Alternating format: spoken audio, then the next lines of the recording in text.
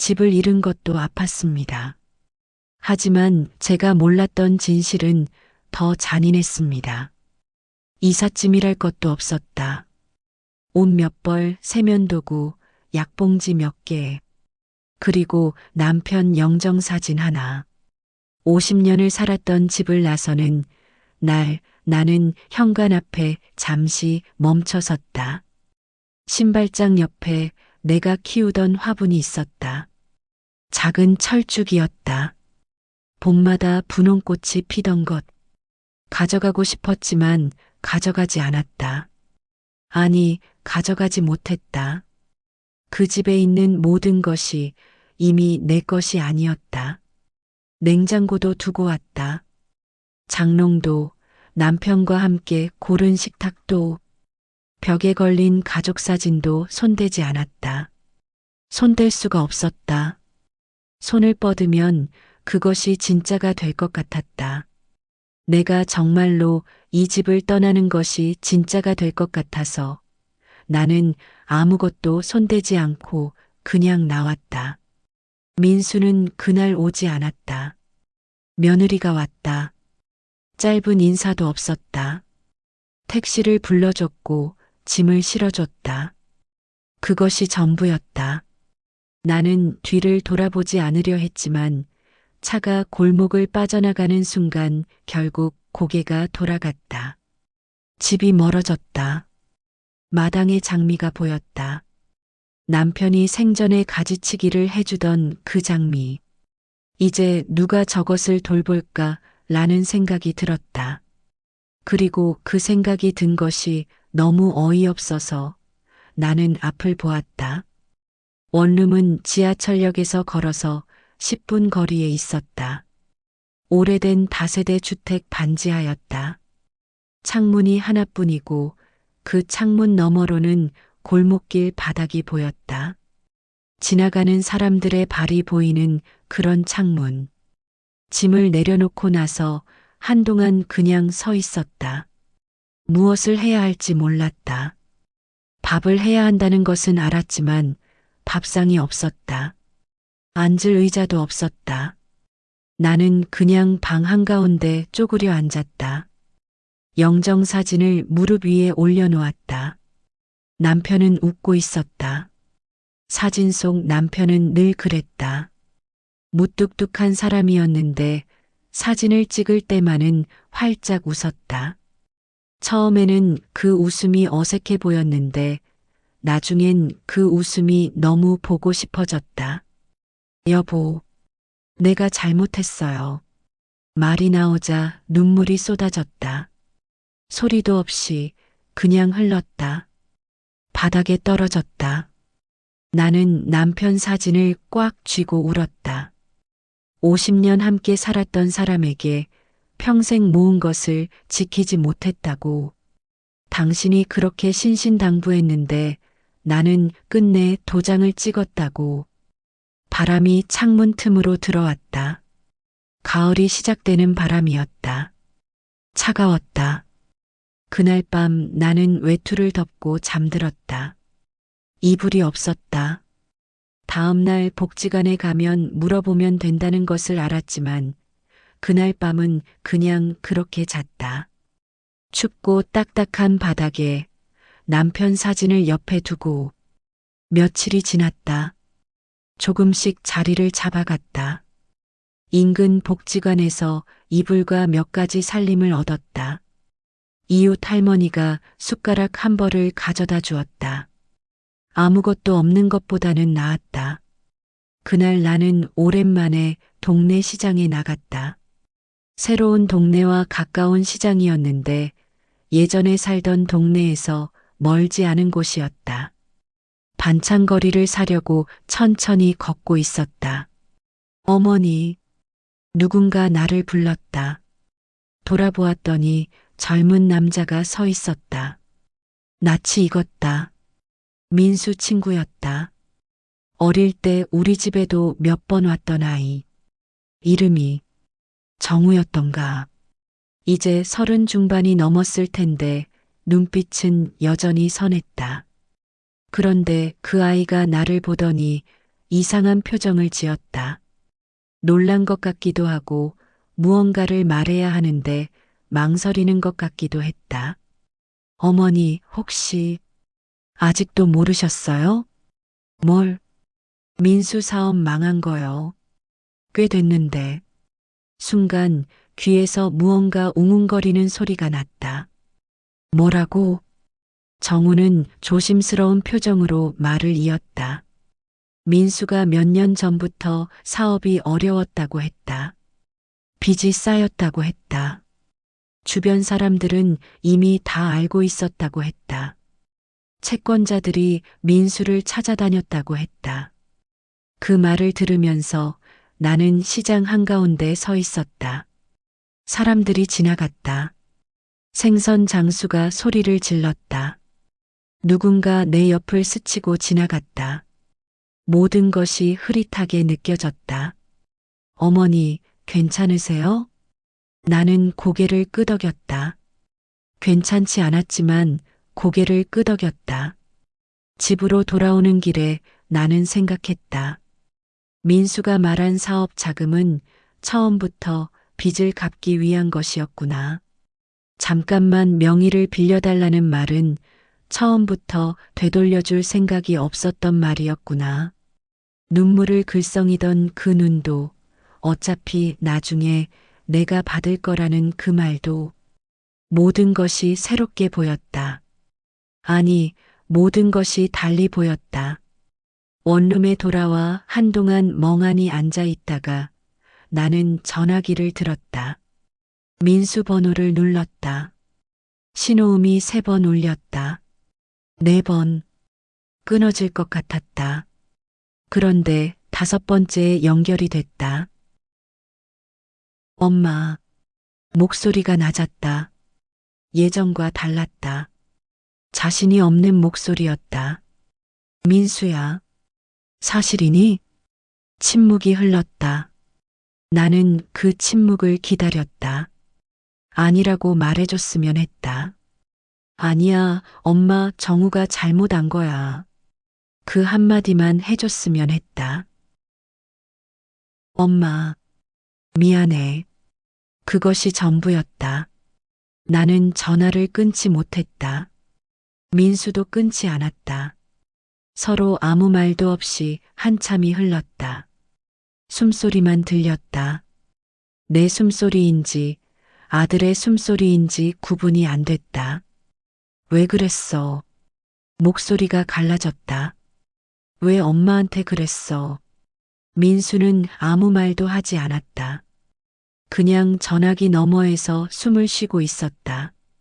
울고 있는 것 같기도 했다. 하지만 확인하고 싶지 않았다. 나는 전화를 끊었다. 그것이 아들과 나눈 마지막 긴 대화였다. 그 뒤로 민수는 연락을 끊었다. 전화를 해도 받지 않았다. 문자를 보내도 답이 없었다.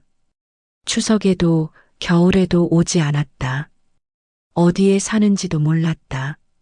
며느리도 손자 지훈이도 소식이 없었다. 나는 아들을 잃었다. 재산을 잃은 것보다 그것이 더 컸다. 아들을 잃었다는 것이 내 손으로 낳고 키운 아이가 이제 이 세상 어딘가에 살아있지만 내게는 없는 것이나 마찬가지인 사람이 되어버렸다는 것이 밤마다 이런 생각이 들었다. 내가 집을 주지 않았더라면 어땠을까? 처음에 거절했더라면, 눈물에 흔들리지 않았더라면, 남편의 말을 기억했더라면. 하지만 그런 생각은 아무 소용이 없었다. 지나간 일은 지나간 것이었다. 그 겨울은 길었다.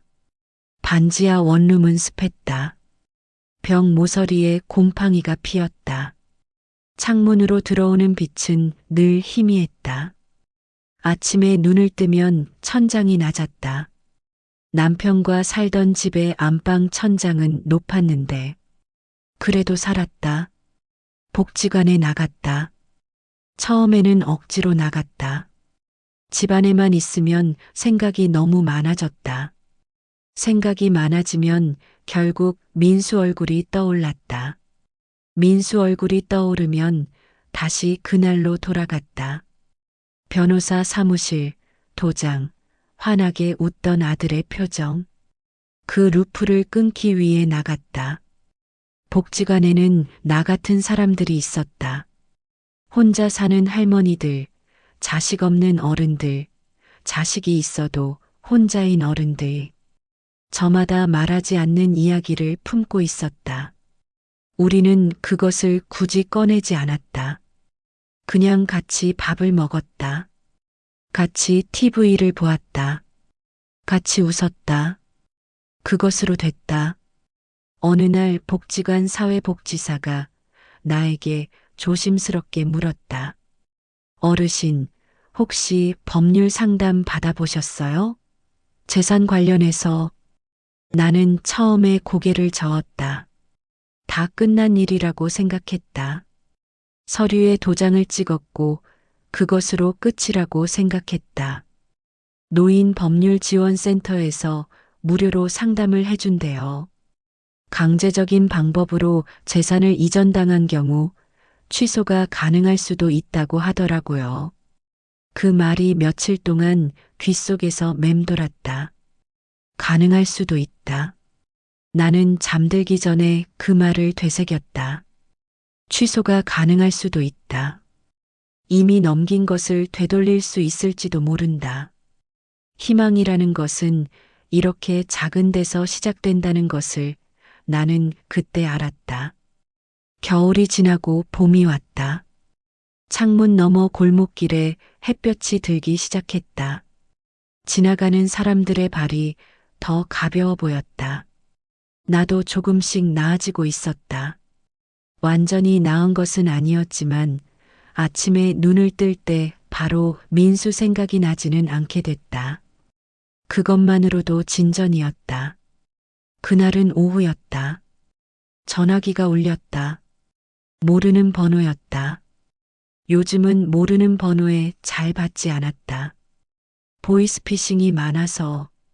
하지만 그날은 왠지 받았다. 김영숙 어르신 맞으시죠? 낮고 점잖은 목소리였다. 남자 목소리였다. 네, 그런데요. 저는 어르신 남편분과 같이 일했던 사람입니다. 심장이 멈추는 것 같았다. 남편, 박종태, 세상을 떠난 내 남편. 누구세요? 이준호라고 합니다. 오래전에 종태 씨와 같은 공장에서 일했어요. 어르신 댁에도 몇 번 들른 적이 있는데 기억 못 하실 수도 있어요. 기억이 희미하게 났다. 남편이 친하게 지내던 공장 동료가 있었다. 자주 이야기하던 사람. 명절에 과일을 들고 온 적도 있었던 것 같았다. 이 선생님, 맞아요. 기억해요. 네. 어르신, 사실은 오래전부터 연락을 드려야 하나 말아야 하나 망설였습니다. 그런데 최근에 어르신 소식을 전해 듣고 나서 이건 말씀드려야 할 것 같아서요. 나는 전화기를 꽉 쥐었다. 무슨 소식이요? 사실 남편분이 돌아가시기 전에 어르신 몰래 남겨두신 게 있습니다. 순간 숨이 멎는 것 같았다. 뭐요? 직접 뵙고 말씀드려도 될까요? 전화로 드리기엔 좀 복잡한 이야기라서요. 나는 날짜를 정했다. 목요일 오후 복지관 근처 카페에서 만나기로 했다. 전화를 끊고 나서 나는 한동안 전화기를 내려다보았다. 남편이 몰래 남겨둔 것. 남편은 그런 사람이 아니었다. 아니, 그런 사람이었던가. 나는 50년을 함께 살았는데 남편에 대해 다 안다고 생각했는데 몰랐던 것이 있을 수도 있었다. 마지막에 손을 잡으며 했던 말이 떠올랐다. 절대 재산을 쉽게 넘기지 마. 혹시 그 말도 무언가를 알고 한 말이었을까? 남편 사진을 바라보았다. 여보, 무슨 이야기예요? 남편은 웃고 있었다. 이준호 씨는 70 초반의 남자였다. 머리가 하얗게 새었고 걸음이 조금 느렸다. 하지만 눈빛이 맑았다. 카페에 먼저 와 앉아 있다가 나를 보더니 자리에서 일어났다. 어르신, 오랜만입니다. 그래요, 이 선생님. 마주 앉았다. 커피를 주문하고 잠시 침묵이 흘렀다. 어르신, 먼저 여쭤봐도 될까요? 민수 씨 일이 사실인가요? 나는 고개를 끄덕였다.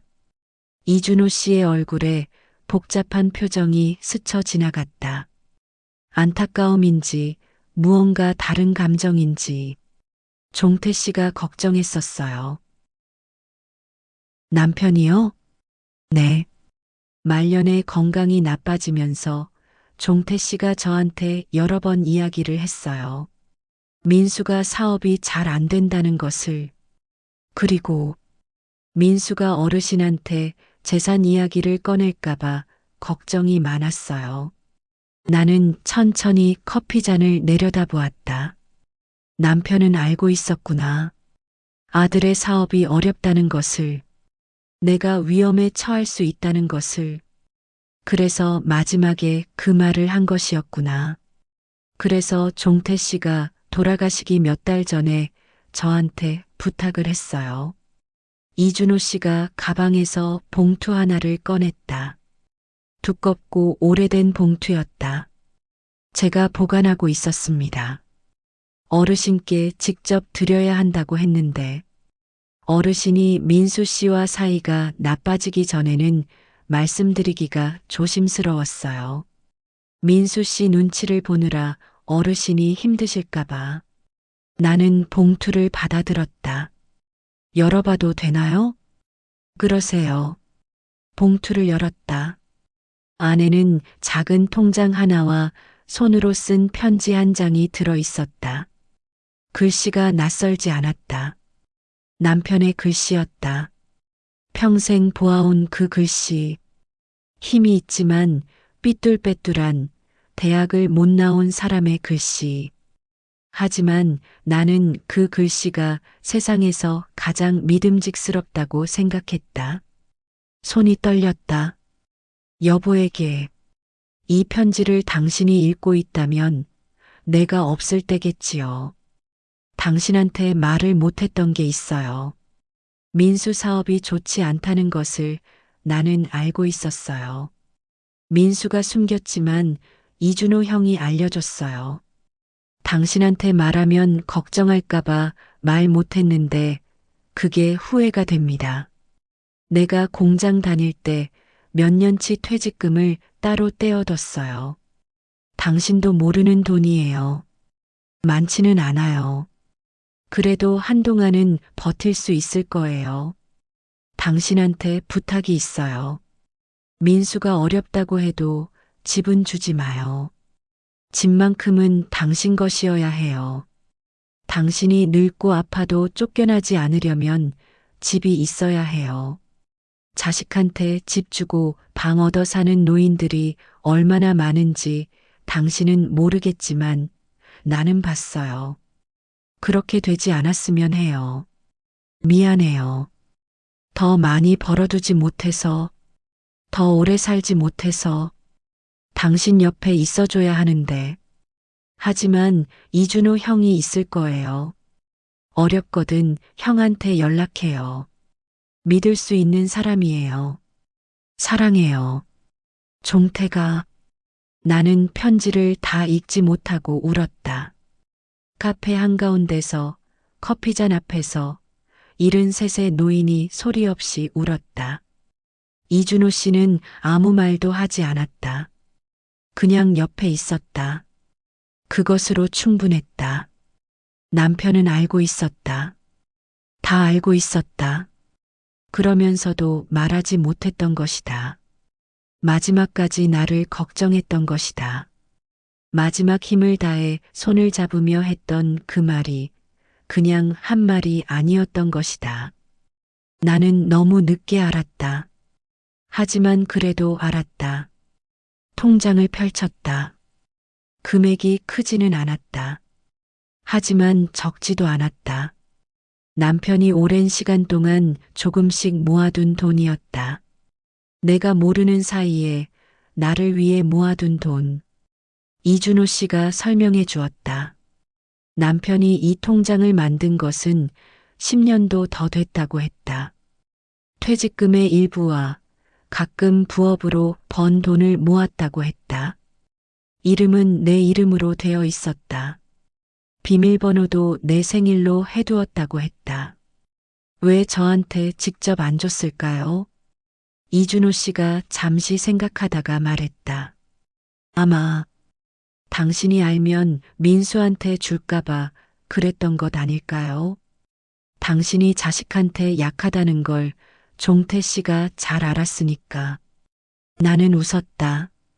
웃다가 또 눈물이 나왔다. 맞았다. 남편은 나를 잘 알았다. 50년을 함께 살았으니까. 내가 자식 앞에서 한없이 약해진다는 것을, 눈물 한 방울에 마음이 무너진다는 것을, 그래서 몰래 모아두었던 것이다. 내가 선뜻 내줄 수 없도록, 내가 모르도록. 남편은 그렇게 마지막까지 나를 지키려 했다. 그 마음이 너무 커서 한동안 말을 할 수 없었다. 그 뒤로 나는 조금씩 달라졌다. 법률지원센터에 상담을 받으러 갔다. 변호사 선생님은 친절했다. 내 상황을 듣고 여러 가지 가능성을 이야기해 주었다. 쉽지는 않지만 길이 없는 것은 아니라고 했다. 사기적 방법으로 이루어진 재산 이전은 법적으로 다툴 여지가 있다고 했다. 시간이 걸리고 힘이 드는 일이지만 포기하지 않으면 된다고 했다. 나는 처음으로 내 이야기를 법적인 언어로 정리했다. 날짜, 장소, 상황. 말하면서 몇 번 목이 메었지만 다 말했다. 말하고 나니 조금 가벼워졌다. 복지관에서 사귄 이웃 할머니와 일주일에 2번씩 같이 산책을 했다. 말이 많지 않은 분이었지만 걸음이 빨랐다. 따라가다 보면 어느새 생각이 가벼워졌다. 남편 편지는 서랍에 넣어두었다. 힘들 때마다 꺼내 읽었다. 사랑해요. 종태가. 그 말을 읽을 때마다 남편이 아직 어딘가에 있는 것 같았다. 내가 볼 수 없는 곳에서 그래도 나를 보고 있는 것 같았다. 봄이 다시 왔다. 창문 너머 골목길에 벚꽃잎이 날렸다. 반지하 창문으로 보이는 그 작은 하늘 한 조각에도 봄이 있었다. 나는 창가에 앉아 그것을 바라보았다. 민수는 아직 연락이 없다. 언제 올지, 올 수 있을지 모른다. 하지만 기다리지 않기로 했다. 기다리는 것이 나를 작게 만들었다. 오는 것은 오는 대로 맞이하고 오지 않는 것은 오지 않는 대로 받아들이기로 했다. 나는 73이다. 이 나이에 배운 것이 있다. 사람은 혼자서도 살 수 있다는 것. 혼자 사는 것이 실패가 아니라는 것. 그리고 세상에는 아직 믿을 수 있는 사람들이 있다는 것. 이준호 씨처럼, 복지관 선생님처럼, 이름도 모르는 이웃 할머니처럼. 남편은 가고 없지만 남편이 남긴 것들은 남아있다. 사랑한다는 말. 나를 지키려 했던 마음. 그리고 내가 몰랐던 통장 하나. 그것으로 나는 계속 살아갈 것이다. 그런데 그때 죽은 남편이 제게 남긴 마지막 선물이 모습을 드러냈습니다. 여러분이라면 절대 용서 못한다. BS 그래도 자식이라 용서한다.